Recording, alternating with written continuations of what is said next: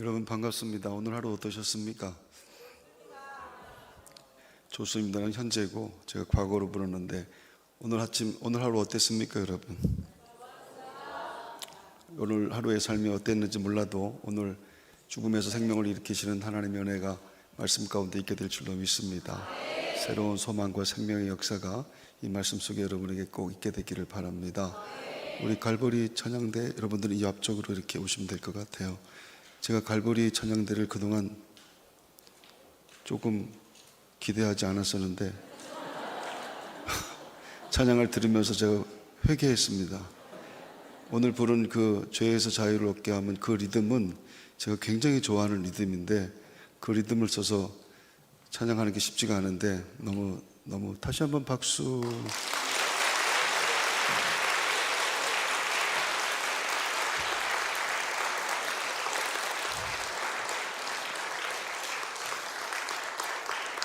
그리고 변함없이 우리 여임교회 여러분들 참 귀하고 소중합니다. 내일 내가 밥 살게.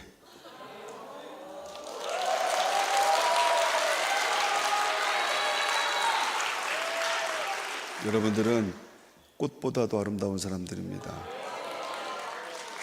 우리 교회는 우리 지방은 예임교회가 소망입니다. 거의 남의 일이라고 아멘도 안 하고 그러면은 인간성 별로 안 좋은 거예요. 다시 한번 박수해 주십시오, 여러분.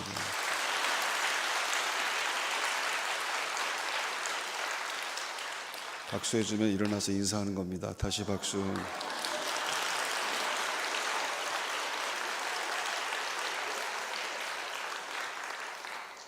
별로 표정이 안 좋아지시는 것 같은데 앞뒤 좌우 계신 분들하고 사랑합니다, 축복합니다 한번 인사합시다.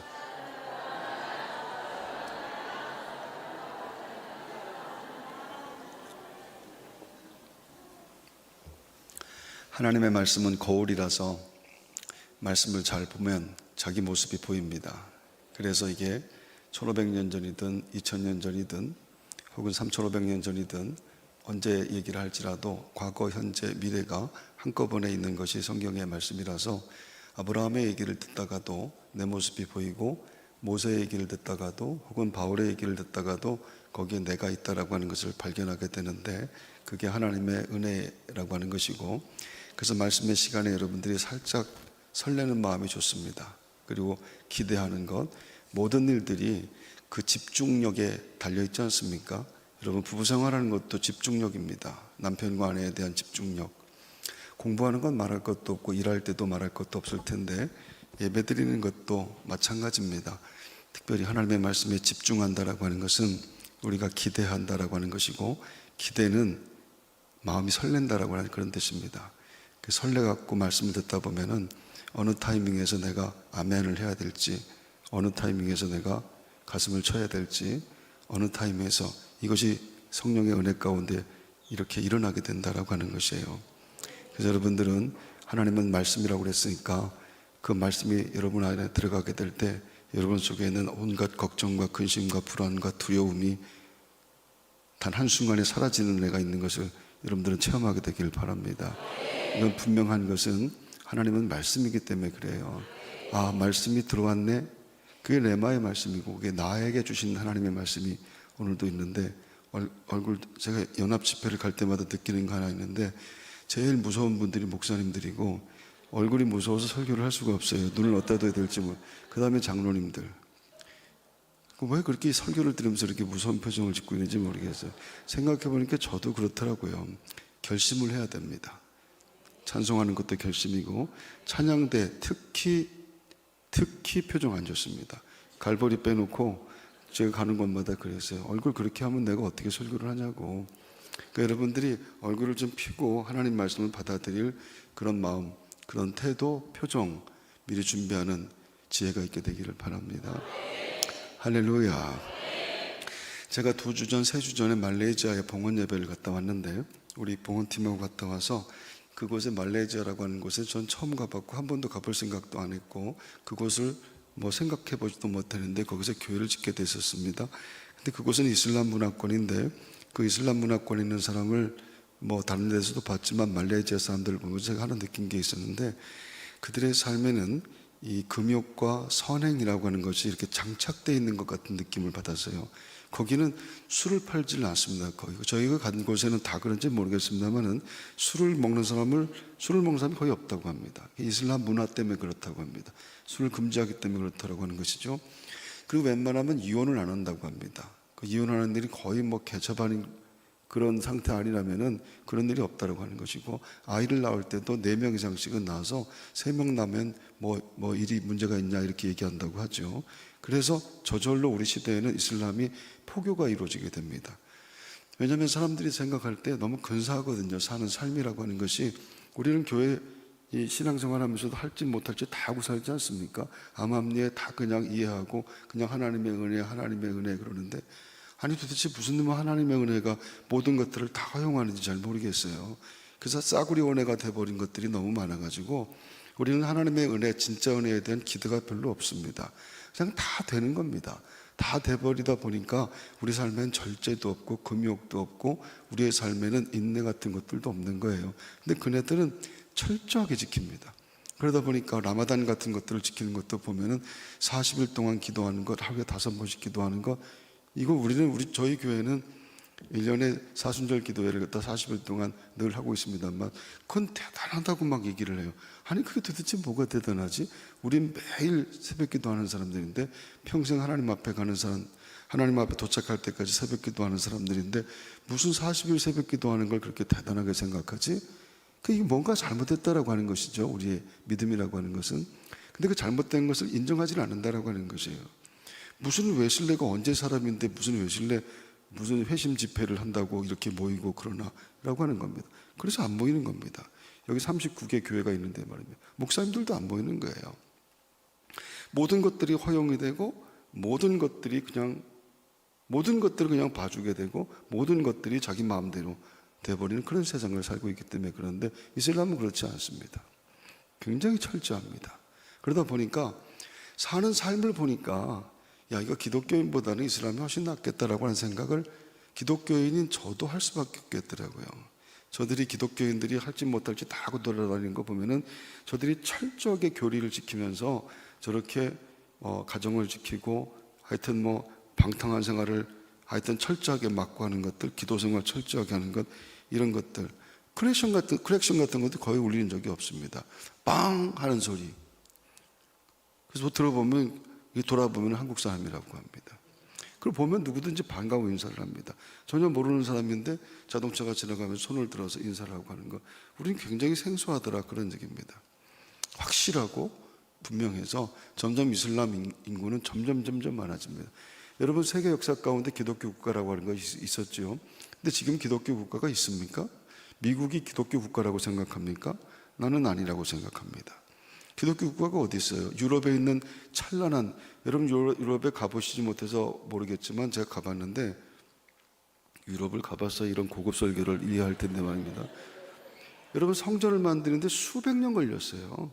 성전에는 조형물 하나 조그만 거, 이런 종 같은 거, 이런 거 하나만 만들어도 몇십 년 걸리겠다 생각하니까 이거는 한 사람이 평생 이것만 만들었겠다 싶은 거, 수백 년 걸려갖고 얼마나 아름다운 건축물들이 있는지 모릅니다. 하지만 사람은 없습니다. 더 이상 교회를 가지 않는다라고 하는 것이죠.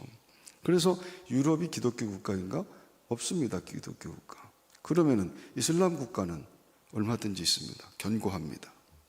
불교 국가 견고합니다. 힌두교 국가 견고합니다. 근데 기독교 국가는 없다라고 하는 것이에요.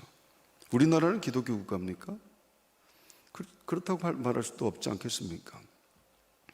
그러니까 점점 더 유럽에도 이슬람, 극단주의 이슬람은 굉장히 무서운 것이긴 하지만은 많은 사람들이 포교가 되는 가장 중요한 이유 중에 하나는 그들의 삶의 모습이 너무 근사하더라는 얘기입니다. 이건 우리 기독교 초기에도 마찬가지였고 한국 초기에도 마찬가지였고 그런 모습들이 그들에게 있더라, 그런 얘기입니다. 그런데 너무 그들의 행실과 삶이 멋지더라. 그런데 그런다고 구원받지는 못합니다. 구원은 예수 그리스도로 받습니다. 그래서 그것을 부러워하지는 않는다라고 하는 것이죠. 하지만 우리의 삶을 갖다가 예수 믿는다라고 하는 우리의 삶을 한번 돌아봐야 되는 것은 그들을 통해서 아주 분명하다라고 하는 것. 내가 지금 예수 믿는 사람으로 사는 것, 내가 예배하며 산다라고 하는 것, 예배하고 있는 지금의 내 모습과 생각과 자세와 태도가 진짜 신앙인일까? 이런 것을 한번 말씀에 비추어서 생각해 봐야 되는 겁니다. 그 말씀이 그 말씀이죠. 제가 뭐 여러분들의 특별한 얘기를 할 것 같습니까? 제가 하는 설교 여러분 거의 대부분 오늘 본문하고 골로새서 3장 1절 2절하고 그 제목 보면 거의 기승전결 다 나오지 않습니까? 기대하지 않는다는 얘기예요.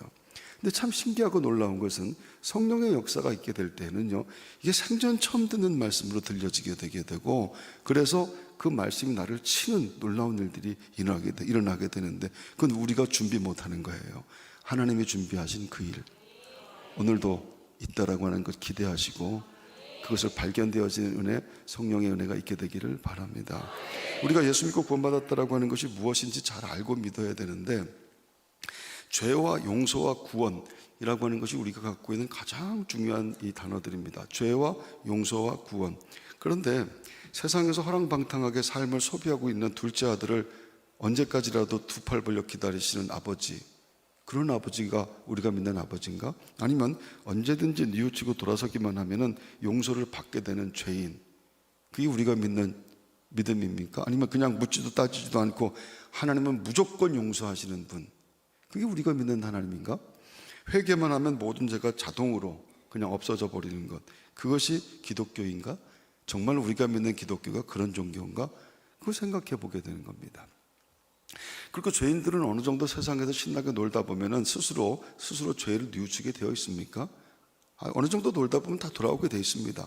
이렇게 믿습니까, 여러분? 여러분의 자녀들은 어느 정도 지 마음대로 살다가 시간 되면 결국 돌아오겠죠. 주님의 때가 되면.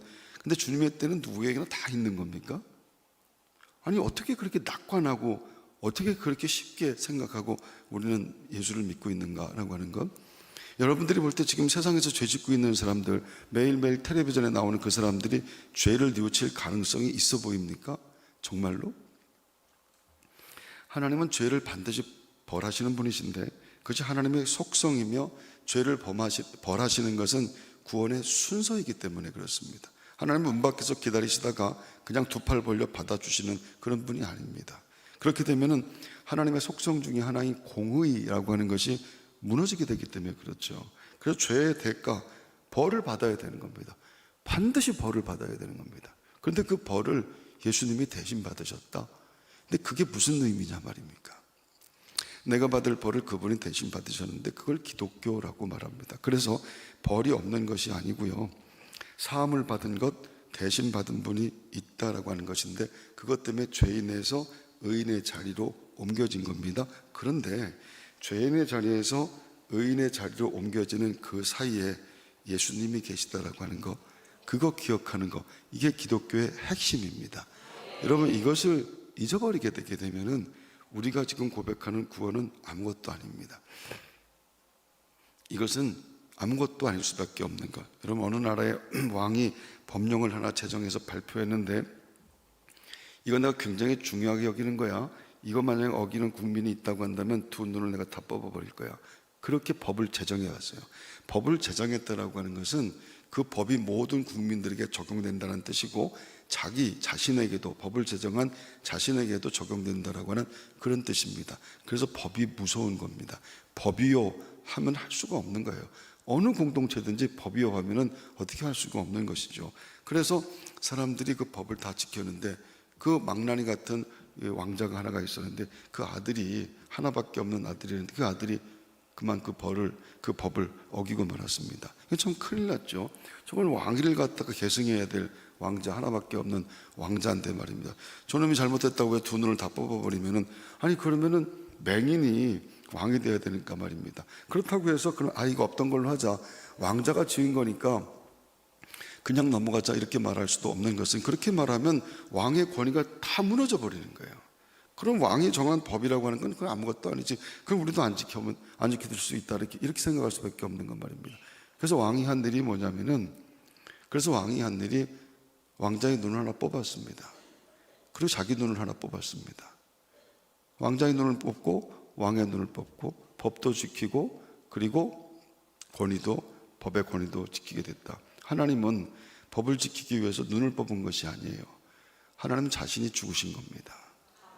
그 십자가를 보게 되면은 우리는 예수 믿고 구원의 기쁨을 갖고 찬송하지만 십자가에는 하나님의 눈물이 있는 겁니다.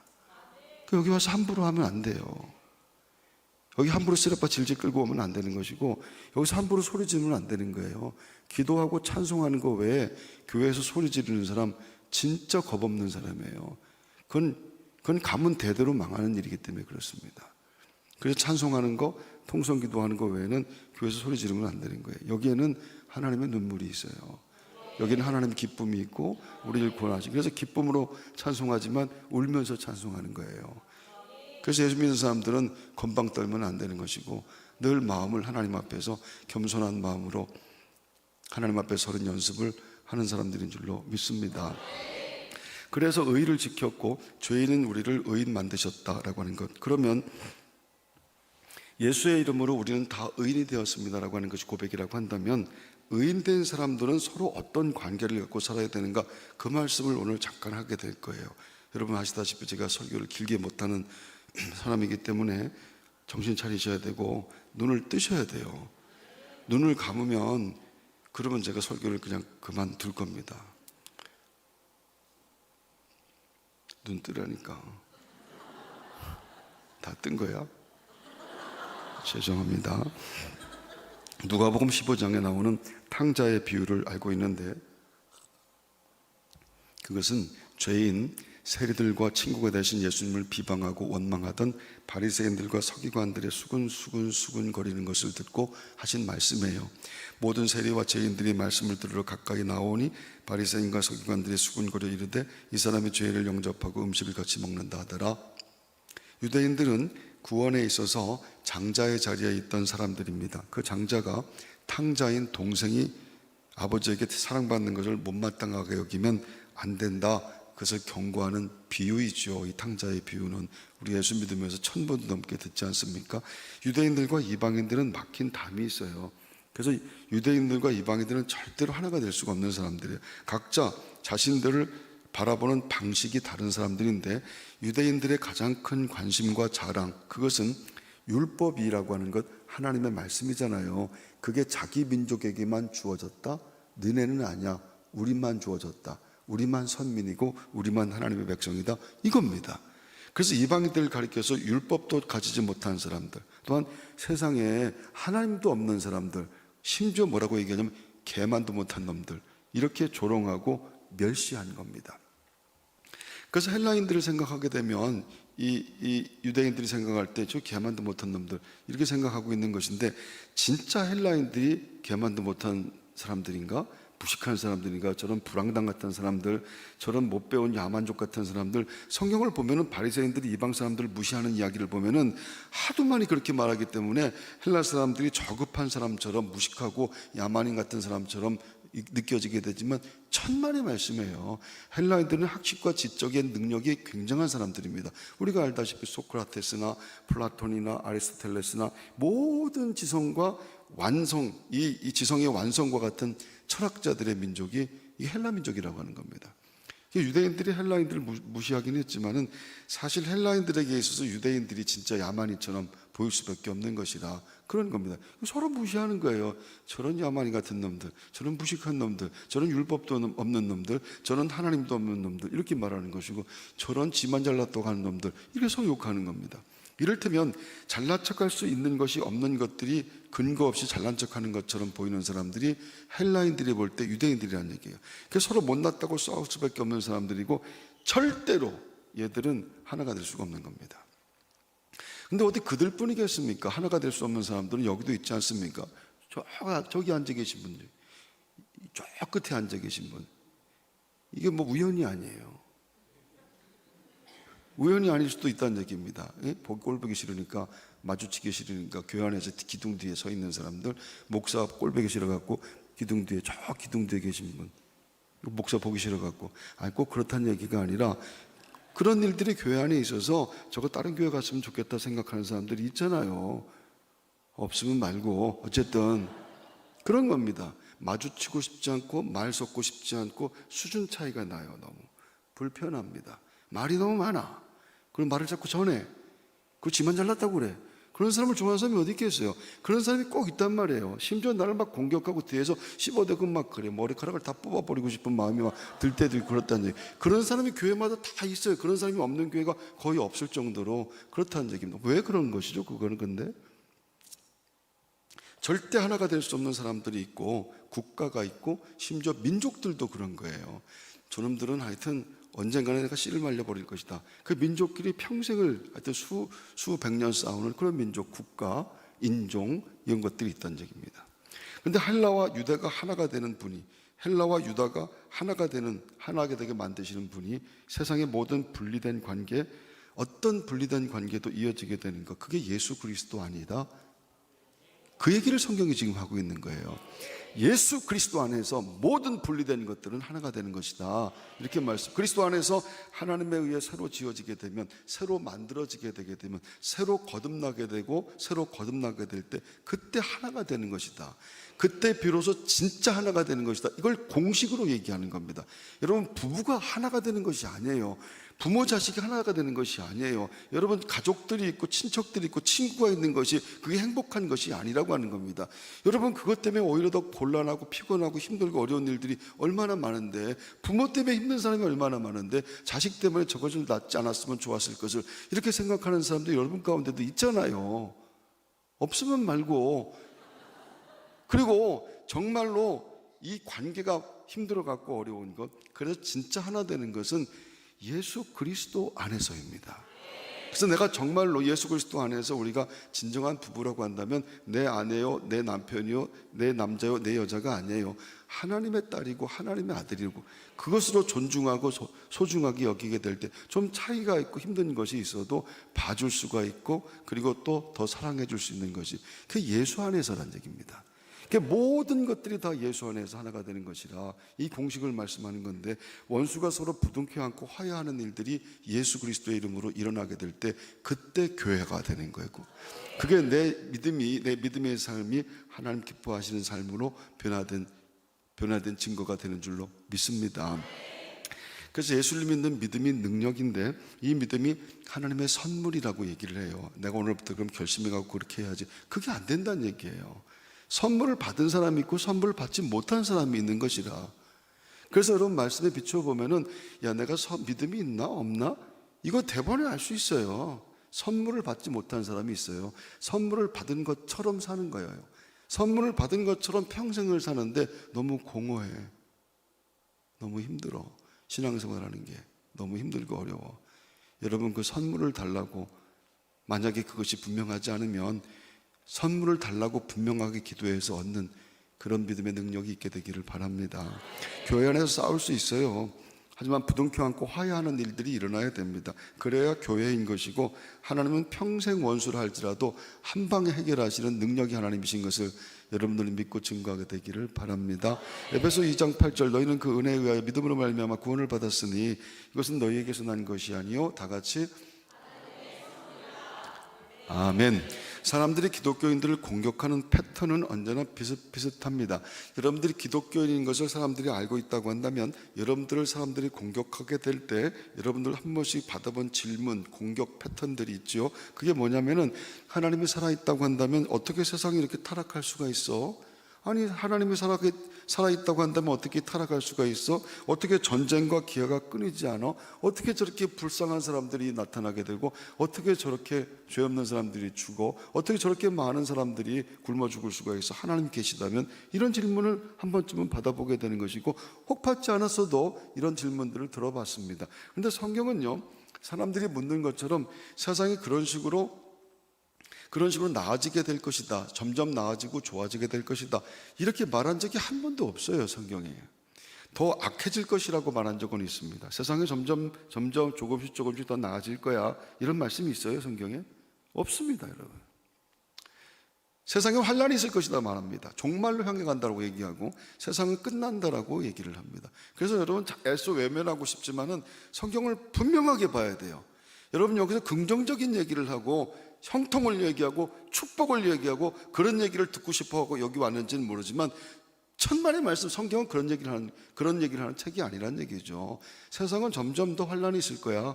종말로 향해 갈 거야. 양과 염소가 나눠지게 될 거야. 세상은 끝날 거야. 이렇게 말씀하시는 게 하나님의 말씀이라서, 그래서 너희는 절망하라, 그런 뜻이 아니에요. 그래서 너희들이 눈을 어디로, 너희들이 무엇을 붙잡아야 되는지를 갖다가 분명하게 핑계대지 않도록, 변명하지 못하도록 하나님이 하시는 말씀이 있는 것을 발견하게 되기를 바랍니다.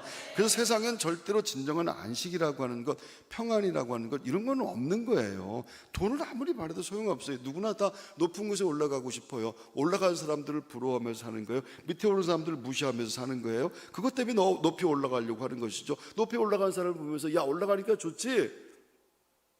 올라가 보니까 별것도 없네? 근데 밑에서 보니까 자기를 막 부러워하니까 말입니다. 별것도 아니라고 말하기도 뭐한 거예요. 근데 그것밖에는 우리가 소망하는 것이 없는 거예요. 그것밖에는 소망할 것이 없기 때문에 사람들은 돈을 벌려고 하고 높은 자리에 올라가려고 하고, 그것밖에는 목적으로 삼을 것이 없기 때문에 그런 겁니다. 아니 도대체 그럼 무슨 목적을 갖고 살겠어요? 그래서 세상에는 평안과 소망은 돈으로 안 되고 벼슬로도 안 되고 인간관계로도 안 된다라고 하는 것, 하나님이 하시는 말씀이에요. 세상에 유일하게 기쁨과 안식이 있는 곳은 그리스도 안에서 하나가 된 새로운 관계가 된 사람들, 그 함께 하나님의 백성들이 된 사람들 사이에, 거기에서 평안과 안식이 만들어지게 되는 것인데, 거기서 영원한 행복과 기쁨과 안식이 있어서 야, 이것 봐라, 이건 세상에서 누리지 못하는 건데, 이건 세상에서는 맛보지 못하는 그 천국의 맛이라고 하는 것이에요. 여러분, 그리스도가 안에 들어온 사람들, 그들 사이에서 일어나게 되는 놀라운 일들, 그거는 우리가 만들지 못하는 건데 하나님이 우리 안에 계시다라고 하는 그것 때문에 찬송하며 감격하고 기쁘고 춤추고 하는 그 가운데서 이것은 세상에서 맛보지 못하는 건데, 이게 천국 가면 이런 맛으로 살겠구나, 이것을 맛보게 하시는 하나님의 은혜가 여러분 교회 가운데 있게 되기를 바랍니다. 세상은 죄로 말미암아 자정 능력을 잃어버려서 썩어가는 호수가 되어버렸기 때문에, 그래서 스스로 깨끗해질 수가 없는 거예요. 세상은 절대로 스스로 안 됩니다. 아무리 발전한다 할지라도 우리가 지금까지 본 그대로, 공부해온 그대로예요. 세상은 저절로 타락하고 망하게 되어 있다라고 하는 것이 하나님의 말씀입니다. 누가 보더라도 세상은 나아질 것으로 보이지 않는 것이 사실이죠. 타락한 세상, 죄악을 갖고 탄생한 인간이 만들어내는 모든 것은, 인간이 아무리 위대하고 아무리 감동하고 아무리 감탄할지라도 성경은 가시덤불과 엉겅퀴라고 분명히 말합니다. 너희들이 만들어내는 것, 죄악으로 말미암아 에덴에서 쫓겨나서 수고하고 애쓰고 땀 흘려서 이룩해놓고 구축해놓는 그 어떤 것이랄지라도 그게 다 가시덤불과 엉겅퀴라, 다 불태워질 것이다, 이렇게 성경이 말씀하는 거예요. 아니 도대체 뭘 만들려고 그러는데, 도대체 무엇을 이루려고, 무엇을 구축하려고 그러는 것인데, 세상에 날마다 일어나는 사고와 재앙들을 보면서 어떤 사람들은 하나님께서 왜 그런 사고를 일어나게 하시는 거예요? 이렇게 또 물어보기도 합니다. 아니 어떻게 갑자기 이런 엄청난 재앙이, 하나님은 뭐하고 계셨어요? 주무시고 계셨어요? 이렇게 말하는 것 말. 왜 우리를 보호하지 않으세요? 왜 예수 믿는 사람들 보호하지 않으세요? 이렇게 말하는 것. 여러분들도 그런 생각 해보지 않으셨습니까? 근데 그런 사고들은 하나님이 만드신 겁니까? 그건 하나님이 만든 것이 아니고 인간들이 만든 거예요. 하나님을 떠나 자신들의 유익을 위해서 사는 죄인들이 쌓아놓은 배설물과 같은, 똥과 같은 것들이라, 그런 얘기입니다. 죄가 들어온 인간의 삶은 이기적이고 탐욕적일 수밖에 없어요. 누구 하나 예의가 없습니다. 아닌 척하는 것뿐이지 정도의 차이가 조금 있는 것뿐이지 다 똑같다는 얘기예요. 인간은 다 똑같이 자기밖에 모르는데, 죄가 들어온 인간이 만들어내는 것은 언제나 악하고 끔찍한 결과를 만들어낼 수밖에 없습니다. 그런데 사람들은 늘 하나님을 원망하지요. 하나님이 계시다면 왜? 이렇게 말하는 겁니다. 하나님이 계시다면 왜? 그 원망이 죄인들의 속성인 거예요. 이것이 예수를 믿어도 이 속성에서 벗어나기가 어려워요. 우리는 조금만 무슨 일이 생기면, 불편한 일이 생기면 원망부터 시작합니다. 불평부터 쏟아내기 시작한다는 얘기입니다. 불평하고 원망할 대상을 찾기 시작하게 되죠. 끝까지 자기는 핑계대고 원망하고 욕하고 저주하게 되어 있는 것이라, 그게 인간이란 얘기입니다. 어느 젊은 아빠가 아픈 딸을 보며 기도했습니다. 하나님 딸을 고쳐주세요. 하나님 고쳐주시는 분이라고 했잖아요. 하나님 꼭 좀 딸 좀 고쳐주세요. 너무너무 간절하게 기도를 했습니다. 근데 나아질 기미가 보이지 않는 거예요. 딸이 점점 더 심해지게 되는 겁니다. 근데 마음속에 내가 이렇게 간절하게 기도하면 하나님 도와주시고 고쳐주신다고, 외양간에서 나온 송아지같이 뛴다고 맨날 교회 가면 사람들이 그러는데, 근데 안 들어주시니까 원망이 막 들기 시작하는 거예요. 아니, 하나님 계시다면서, 당신 계시다면서요, 고쳐주신다면서요, 근데 왜 안 고쳐줍니까? 내가 이토록 간절하게, 내 딸을 위해서 이토록 더 간절하게 기도할 수가 있겠습니까? 근데 왜 안 고쳐줍니까? 그러다가 천둥처럼 마음에 드는 생각이 있었다고 합니다. 그게 무슨 생각이었냐면, 내가 주일에 교회는 다니지만 평소에 한 번도 하나님을 인식하며 산 적이 없다는 얘기예요. 하나님을 한 번도 생각도 안 하고 살았다는 얘기죠. 주일날 가서 예배는 드리기는 하지만 일주일 내내 하나님 생각하며 산 적이 없다는 얘기예요. 그런데 막상 위급한 일이 생기니까 비로소 하나님을 찾고 안 되니까 원망을 막 쏟아내고 있는 자기를 보게 되더라, 그런 얘기입니다. 도대체 하나님을 인식하고 삽니까? 하나님 앞에 물어보고 삽니까? 정말 기도하고 삽니까? 여러분, 새벽기도 안 나오는 이유가 뭡니까? 새벽기도 나오는 이유는 뭐예요? 여러분, 새벽기도 다 하시는 분이시잖아요. 새벽기도 안 하는, 새벽기도 나오는 이유는요, 하루의 첫 시간 하나님의 것, 내 하루의 삶은 하나님의 것, 11조 하는 것, 이 모든 것들은 다 하나님의 것, 내 인생에 제일 중요한 건 하나님의 것, 이게 다 상징이고 우리의 고백이지 않습니까? 안 하는 이유는 뭐예요? 그렇다고 한다면, 오늘도 하나님이 도와주시지 않으면 난 하루를 살 수가 없는 사람입니다. 이게 새벽 기도하는 사람들의 고백이에요. 뒤집어 말하면 안 한다는 뜻은 무슨 하나님의 도움이 없어도 나는 살 수 있습니다, 그런 뜻입니다. 하나님이 도와주지 않아도, 굳이 도와주면 좋지만 도와주지 않아도 나는 내 스스로 살 수 있습니다. 그게 새벽 기도 안 하고 사는 사람들의 고백인 것이에요. 그게 그 웅변인 것입니다. 다른 어떤 이유도 없는 거예요. 내가 바빠서, 몸이 아파서, 아니면 뭐 급한 일이 있어서, 이거 다 핑계예요. 급하면은, 바쁘면은, 너무 성공하게 되면, 돈을 너무 많이 벌게 되면, 너무 내 인생이 200km를 막 갈 정도로 너무 바쁘고 막 그렇다고 한다면, 그럼 더 깨어 있어야죠. 하나님을 믿는다면 말입니다. 그래서 이게 거짓말하고 이게 핑계대고 변명할 것이 아무것도 없는 거예요. 하나님 없어도 난 살 수 있습니다, 그런 뜻입니다. 아니, 제가 무슨 담임 목사고 제가 무슨 감독이고, 아니 감독이니까 바빠서 못합니다. 그거는 말도 안 되는 거예요. 그러니까 더 기도할 수밖에 없는 것이고, 그러니까 더 하나님, 우리 교우들한테 좀 더 기도해 달라고 부탁을 할 수밖에 없는 거죠. 제 스스로가 엎드릴 수밖에 없는 겁니다. 안 되거든요, 이게 무슨, 아니 내가 무슨 태초부터 감독이에요? 내가 무슨 태초부터 목사예요? 하나님이 도우시지 않으면 한순간도 안 됩니다. 여러분, 그 고백을 유지하는 것이 믿음 생활이에요. 여러분, 그 고백을 유지하지 못하면 아무것도 남는 것이 우리 믿음이 없다라고 하는 거 기억하게 되시기를 바랍니다. 대형 사고나 나서 많은 사람들이 죽었을 때 어떤 사람이 뉴스에 나와서, 아니 이렇게 막 사고에서 죽은 사람들 중에 분명히 하나님의 백성들이 있었을 것인데 왜 하나님은 그들을 살려내지 않았습니까? 왜 하나님은 그들을 살려내지 않았습니까? 이런 대형 사고에 예수 믿는 사람들이 얼마나 많은지 모르는데 왜 그들을 하나님 살려내지 않고, 하나님 도대체 뭐하고 계시는 거예요? 이렇게 따지는 거 말입니다. 예수 잘 믿던 사람들인데 그 사람들은 그렇게 비명 행사한 그 사람들은 도대체 뭡니까? 이렇게 막 소리를 질렀어요. 여러분들 어떻게 생각해요? 그런 엄청난 재난 가운데서 예수 믿는 사람들이 속절없이 죽어갔어요. 어떻게 생각합니까? 뭐예요? 왜 그런 거예요? 뭐긴 뭐야, 천국 간 거지. 참 정말 답답한 거예요. 천국 간 거예요. 예수 믿는다고 하면서 천국에 대한 생각을 한 번도 생각하지 않고 살기 때문에 왜 그러시는 겁니까? 자꾸 이러는 거예요. 아니, 그럼 지금까지 예수 믿고 복을 받아갖고 지금까지 한 200년 사는 사람이 있습니까?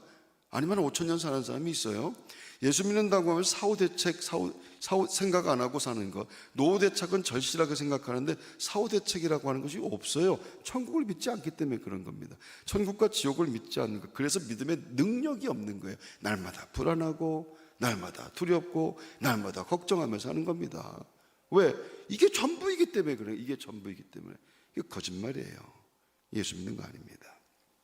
그래서 예수 똑바로 믿고 살아야 돼요. 그냥 믿는다 해갖고는 안 되고 예수 공부하면서 믿어야 됩니다. 대구 지하철 사고 때 아주 수많은 사람들이 죽었죠. 많은 사람들이 연기에 질식에 죽었습니다. 이건 정말로 아비규환과 지옥과 같은 그런 현장이었을 텐데, 그때 일어난 일인데, 어느 믿음 좋은 아빠가 죽어가면서 그 죽어가는 순간이니까 딸에게 전화했다고 합니다. 그 죽어가는 그 절체절명의 위기의 순간에 딸에게 전화해서 뭐라고 전화했냐면은, 아빠 천국 간다, 잘 살아라, 잘 살다가 천국에서 만나자, 그렇게 전화 끊었다고 합니다. 그게 믿음이에요. 그게 구원의 믿음이고 천국을 믿는 그리스도인의 이 강력함이라고 하는 것이에요. 예수 믿는 사람이 좀 강력해야죠. 어느 학생이 목사님에게 물었습니다. 목사님, 담배 피면 지옥 갑니까? 담배 핀다고 지옥 가는 겁니까? 목사님이 대답했습니다. 담배 핀다고 지옥 가는 것 아니다. 천국 빨리 가는 것뿐이다. 천국은 좋은 곳이라고 매일매일 말하면서, 천국 가고 싶다고 하면서 천국 간 것에 대해 속상하고 비참해하고 저주받은 것처럼 말하면, 그러면 천국에 대한 고백은 다 거짓말 아니겠습니까? 아니면 정말 하나님이 계신 천국이 좋은 곳이라고 하는 것을 알지도 못하는 것 아니겠는가? 어느 청년이 교회 장례식에 갔다가 문상을 마치고 나온 길에 의자에 앉아 계신 할머니 권사님들에게 인사를 이렇게 했다고 해요. 권사님들, 천국에서 만나요, 이렇게 인사했다고 합니다. 얼떨결에 인사를 받은 권사님들이 기가 막혔죠. 갑자기 분위기가 싸해졌습니다. 할머니들 표정이 일자리 안 좋아지는데 청년은 다른 의미가 아니었어요. 자주 뵙는 분들이 아니기 때문에 또 만날 때는 천국에서는 뵙겠다 이렇게 생각해서 할머니들 천국에서 봬요 이렇게 말한 건데, 아차 싶었지만 이미 엎어진 물이었습니다. 수습할 수가 없어서 쩔쩔매고 있는데 할머니 한 분이 이렇게 말을 했다고 합니다. 그래, 내가 먼저 가 있을 테니까 다음은 바로 네 차례다. 많은 교인들이 말만 천국을 얘기하지 이 세상이 전부인 것처럼 사는 겁니다. 그래서 아쉬운 거예요. 그래서 여러분 표정이 이런 겁니다. 억울하고 분한 거예요. 속상한 거예요. 교회 나와준 거예요. 지금 막 찬양대 하느라고 나와주고 막 그런 거예요. 억울하고 본전 생각을 분해 죽겠어 그냥. 아유씨, 왜 나만 나왔어 여기 그러고 이런 생각 같은 거 말입니다. 절대 천국 가고 싶지 않은 그런 믿음이 교회에는 너무 많습니다. 여러분들은 어떻습니까? 여러분들은 정말 예수를 믿습니까? 나는 어떻습니까, 여러분? 나는 지금 정말 어떤가? 이거 생각하고 믿어야 되지 않겠습니까? 내 마음대로 안 되는 이 죄의 몸인데, 죄를 안 짓고 싶어도 자꾸 죄 짓잖아요. 이게 뭐 어떻게 할 수가 없어요. 껌댕이를 묻혀갖고 나오는, 굴뚝에서 나오면 다 껌댕이 묻은 것처럼 죄악의 세상에서 생각하고 말하고 행동하고 표정 짓고 하는 이 모든 일들이 죄가 묻어 있어갖고 어떻게 할 수가 없는 거예요. 죄를 안 짓고 싶어도. 아무리 의롭게 살려고 해도 안 되는 이 몸을 벗어버리고 완전히 자유롭게 되어서 하나님의 품으로 가는 것이 진짜 무섭고 두렵고 피하고 싶은 일일까 하는 생각 말입니다. 제가 부흥회를 갔는데 암에 걸려 사경을 헤매던 이 권사님, 장로님께서 간증을 하나 해주셔서 저한테 밥 먹으면서 해준 얘기예요. 이분은 암에 걸렸을 뿐만 아니라 하여튼 온몸에 다 종합병원이래요. 아프지 않은 곳이 없다고 합니다. 하여튼 병명을 쭉 얘기하는데 너무 많아고 다 잊어버렸어요. 수술하고 생사를 알 수 없는 상태에서 꿈을 꿨다고 합니다. 이분이 아주 생생한 그런 간증을 저기 해준 거예요. 죽을지 살지 모르는 그런 상황 가운데 있었는데 하얀 옷 입은 천사가 나타났다고 합니다. 대부분 이제 꿈에서 이런 천사가 나타나면은 거의 죽을 뻔했다가 살아났다라고 하는 그런 얘기로 가지 않습니까? 하얀 옷 입은 천사가 나타나서 나를 따라오너라, 내가 살려주겠다, 이렇게 얘기를 하더랍니다. 너무너무 신비로운 그런 일이었습니다. 이따금 이런 일들이 일어나는데, 그것은 죽음의 문턱에서 살아나는 간증의 시작입니다. 근데 장로님이 그 천사가 하는 얘기를 듣고 장로님이 싫다고 했대요. 이건 뭐야, 갑자기. 나 그냥 천국 갈래. 평생 천국 기다리며 살았는데 지금 천국 갈 기회가 왔는데 왜 날 다시 세상에 살게 내버려도 나 천국 갈랍니다. 그런데 살았대요. 아이씨, 살았네. 근데 난 거기서 너무 감동이 되는 거예요. 아이씨, 살았네. 눈을 떠보니까 말입니다. 이게 천국이 아니네. 그 천사한테 내가 분명히 얘기했는데 싫다고, 나 천국 갈 거라고.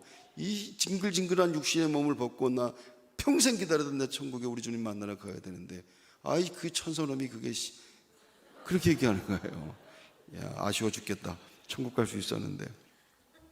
이건 반전이죠. 어떻게 생각합니까? 이 이야기를 불신자들에게 하면 뭐라고 할 것 같습니까?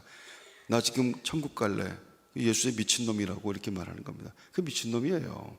그 말이 맞죠. 우리는 다 미친 겁니다. 정말로 예수를 믿는다면 미친 게 맞는 거예요.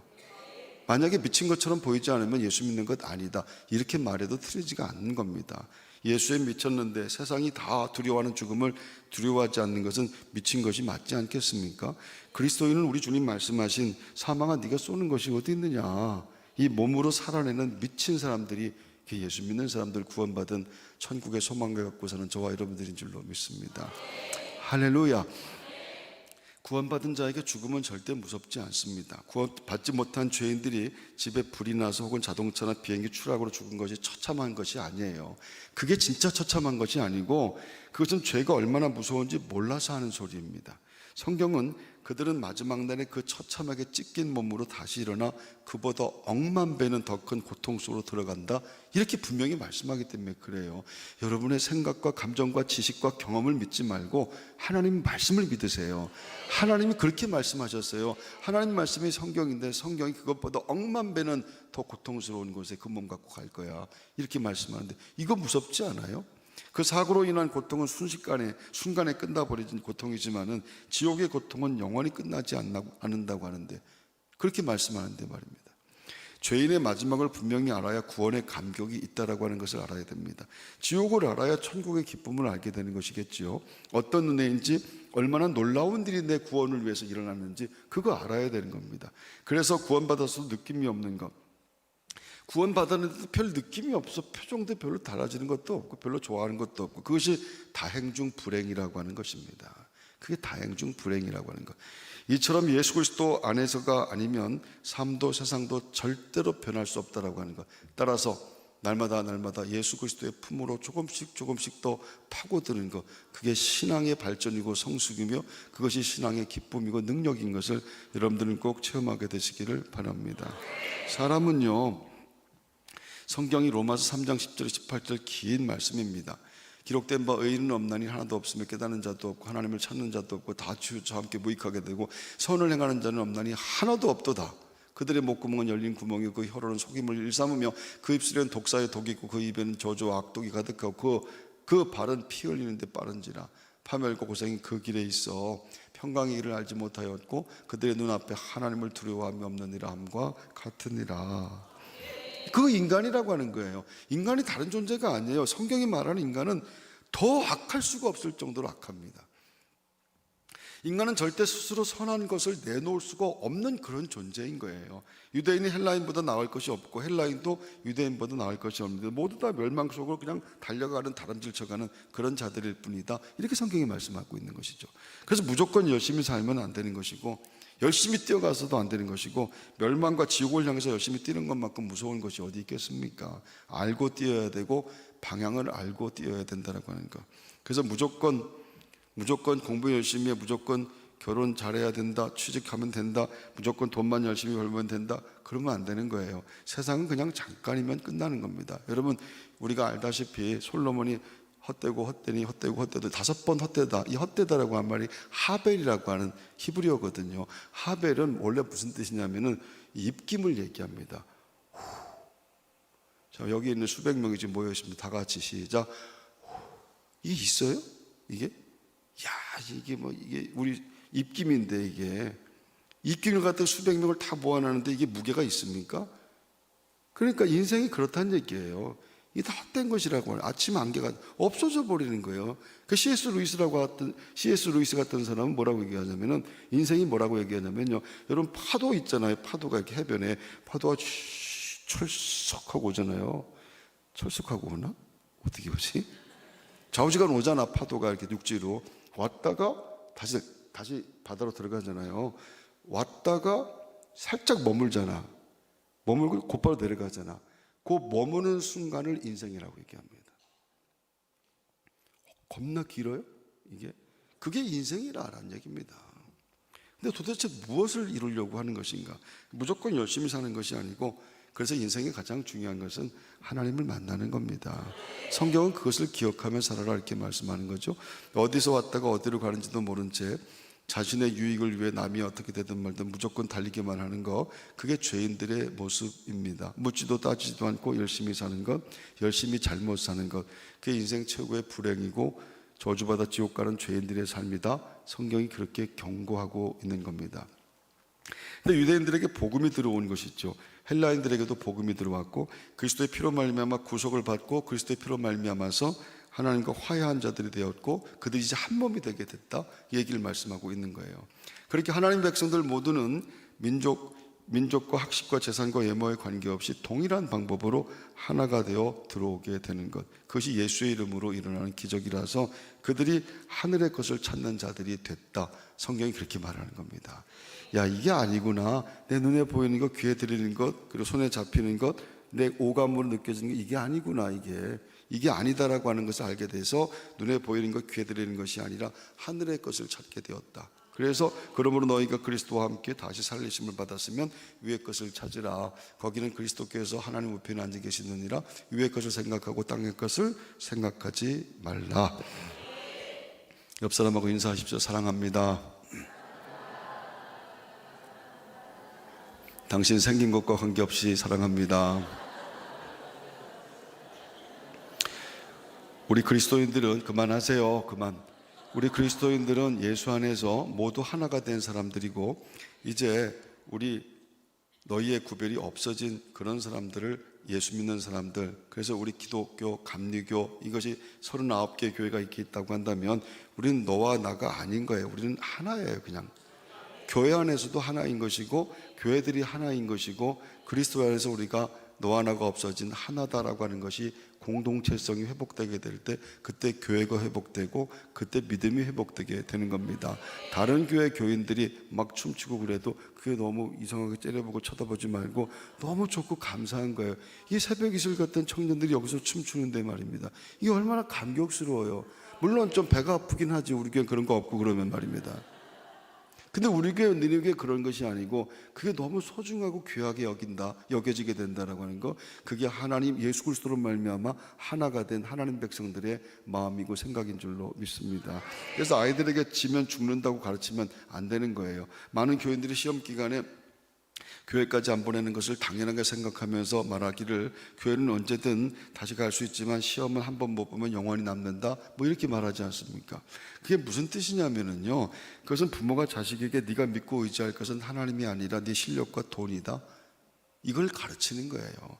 아주 몸과 마음과 정성을 다해서 전심으로 그것을 가르치고 있는 겁니다. 그게 교인들이 하고 있는 일들이죠. 절대 지면 안 된다고 하는 것, 수단과 방법을 가지 말고 얻어내야 된다고 하는 것, 이것은 구원받지 못한 지옥 가는 사람들의 가치관입니다. 좀 양보하고 다른 이에게 기쁨을 주고 남에게 유익이 되는 사람이 되도록 가르치는 사람들, 그 예수 안에서 하나가 됨을 체험한 하늘나라의 백성들인 줄로 믿습니다.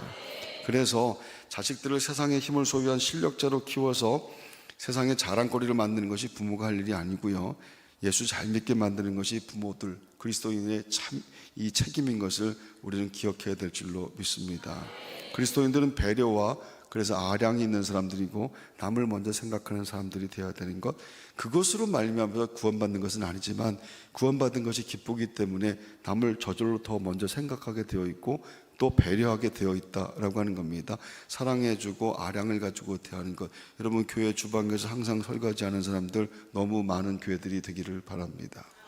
내가 뭔가를 누리려면은 그것을 위해 수고하는 사람들이 있다는 것을 생각해야 되는 것이고, 나아가 내 수고를 통해서 다른 사람이 기뻐하는 일을 생각하는 것, 그게 그리스도인, 참된 그리스도인의 구원받은 삶이라.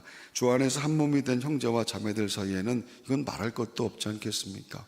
그래서 우리가 서로 천국의 맛을 보는 것은 하나님께서 선물로 주신 교회 안에서 우리가 누려야 될 특권과 같은 것임을 우리는 기억해야 될 줄로 믿습니다. 사람들은 세상의 힘이 돈이라고 생각을 합니다. 그리고 그것을 얻기 위해서 몸부림치며 살지만은 그까지 돈 없어도 하나님이 나의 힘이시기 때문에 주눅들거나 절망하지 않는 사람들이 그게 그리스도인들입니다. 돈이 나의 힘이 아니기 때문에 어려운 이들을 보면 자기 주머니를 열 수가 있고, 하나님 주시겠다고 하신 그 천국에서 영원히 함께 살게 될 사람들을 보면서 너무 소중하고 귀해서 내 것을 나눠줄 수 있는 사람들, 그런 마음들이 보여지게 될 때 교회는 천국을 보여주게 될 줄로 믿습니다. 천국은 그렇게 남을 위해서 다의 목숨을 주는 예수 안에 연합된 예수 같은 사람들이 모여 사는 곳이라고 하는 것, 이 땅에 이루어진 천국인데, 그래서 모이면 서로 예수님 만난 것 같은 그런 기쁨이 믿는 사람들한테는 있는 겁니다. 그렇게 인생을 통해서 희생을 연습하는 것이고 많이 손해보고 사는 것, 그게 진짜 하나님 주신 복인 것을 꼭 기억하게 되기를 바랍니다. 좀 더 수고하고 봉사하고 내가 조금 더 해야지 하는 욕심은 나를 더 부유하게 만들 텐데, 성동 광지지방 교회들, 남을 위해 더 수고하는 아름다운 손들, 그래서 교회가 날마다 다 교회가 되어지는 은혜, 여러분 모두에게 있게 되기를 주의 이름으로 축원합니다. 찬송하겠습니다. 당신은 하나님의 언약 안에 있는 축복의 통로. 서로 축복하면서 이 찬송 같이 한번 하려고 합니다. 당신은 하나님의 언약 안에 있는 축복의 통로.